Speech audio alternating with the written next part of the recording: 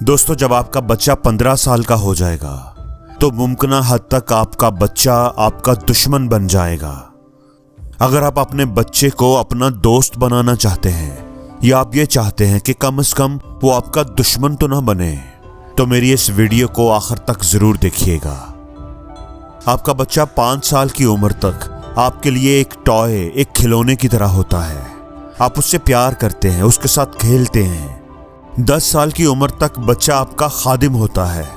आप अपनी मर्जी से उस पर हुक्म चला सकते हैं और 15 साल की उम्र का होने से पहले पहले आप उसे अपना दोस्त बना लें, वरना दुश्मन तो वो आपका बन ही जाएगा। हर किसी को ये बात बहुत सख्त लगती है कि ये क्या बात कर रहे हैं आप, हमारा अपना बच्चा है, हम उससे प्यार करते हैं, वो भला हमारा दुश्मन क्यों बनेगा।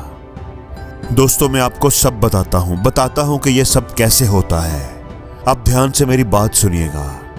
आपका बच्चा पहले 5 साल तक आपके घर वालों का खिलौना होता है, सबकी आंखों का तारा होता है। हर कोई उससे प्यार करता है, उसे उठाए उठाए घूमता है।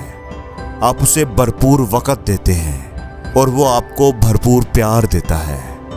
माँ बाप उस बच्चे की नज़र में दुनिया के सबसे बहादुर, ज़हीन और दौलतमंद इंसान होते हैं, जो उसके लिए कुछ भी कर सकते हैं। और दोस्तों, फिर 5 साल गुजरने के बाद उस बच्चे का स्कूल में दाखिला हो जाता है। उस वक्त घर में उसका कोई छोटा बहन भाई आ चुका होता है। वालिदैन की मसरूफियात बढ़ जाती हैं और बच्चे का पहले मिलने वाला वक्त तकसीम हो जाता है। स्कूल में बच्चा दाखिल होता है तो वहां पर उसके दोस्त बन जाते हैं। कुछ टीचर्स उसे अच्छे लगने लगते हैं, उसके लिए रोल मॉडल बन जाते हैं। और फिर यूं होता है कि वालिदैन, जिनको अभी तक वो सबसे अच्छा समझता था, वो बच्चे के पसंदीदा लोगों की लिस्ट में तीसरे या चौथे नंबर पर चले जाते हैं। 10 साल की उम्र में जाकर एक बार फिर टॉप 10 की लिस्ट बदलती है। पसंदीदा लोगों की लिस्ट में पहले नंबर पर कौन होता है? वालिदैन? नहीं दोस्तों, पहले नंबर पर उस बच्चे के दोस्त होते हैं। दूसरे नंबर पर भी वालिदैन नहीं होते, दूसरे नंबर पर कोई टीचर होता है। फिर फिल्म या टीवी ड्रामे का कोई कैरेक्टर या किसी खेल यानी फुटबॉल या क्रिकेट का कोई प्लेयर होता है जो उस बच्चे का पसंदीदा होता है। और वालिदैन कौन होते हैं? उसे नसीहतें करने वाले, उसे डांटने वाले, उसे उसके छोटे बहन भाइयों की वजह से भी डांट पड़ती रहती है। और दोस्तों, फिर बच्चा 15 साल का हो जाता है।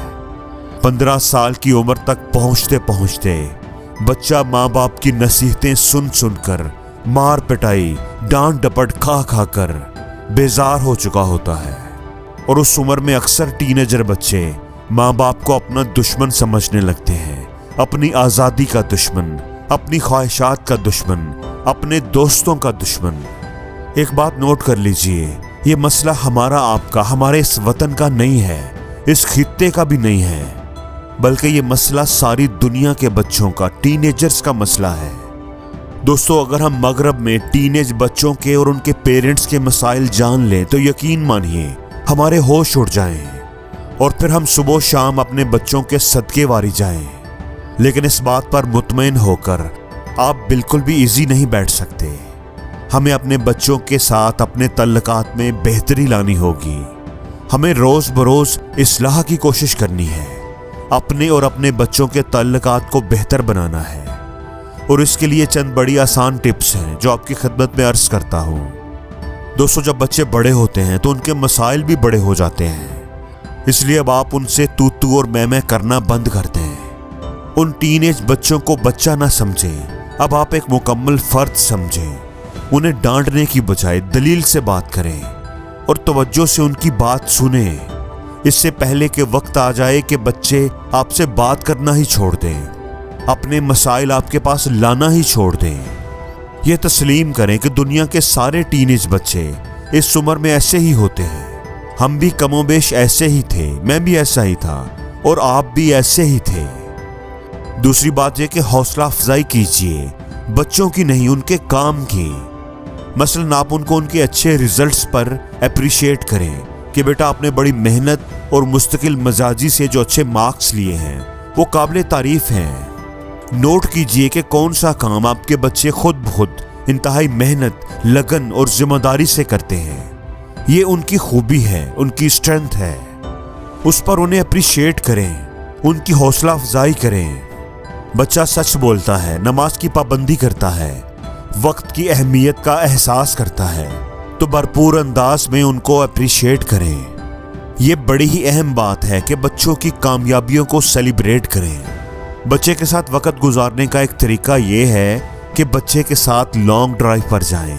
एक वक्त में एक ही बच्चे के साथ जाएं और उस दौरान आपने ज़्यादा नहीं बोलना, बल्कि बच्चे को बोलने पर उकसाना है, उसे बोलने का मौका देना है। आपने बस सवाल करना है और बच्चे को जवाब देने देना है ताकि वो ज़्यादा बात कर सके। अपने पास सिर्फ 10% वक्त रखना है और बाकी का 90% टाइम बच्चे को बोलने का मौका देना है। याद रखें, नसीहत नहीं करनी, सवाल करना है।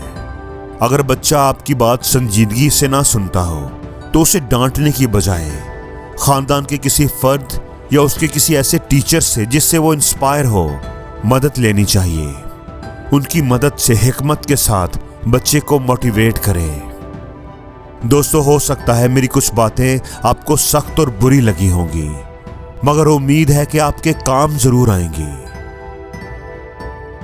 और जिंदगी में हर रोज कुछ नया सीखो, नया सोचो, नया करो, लर्न करो।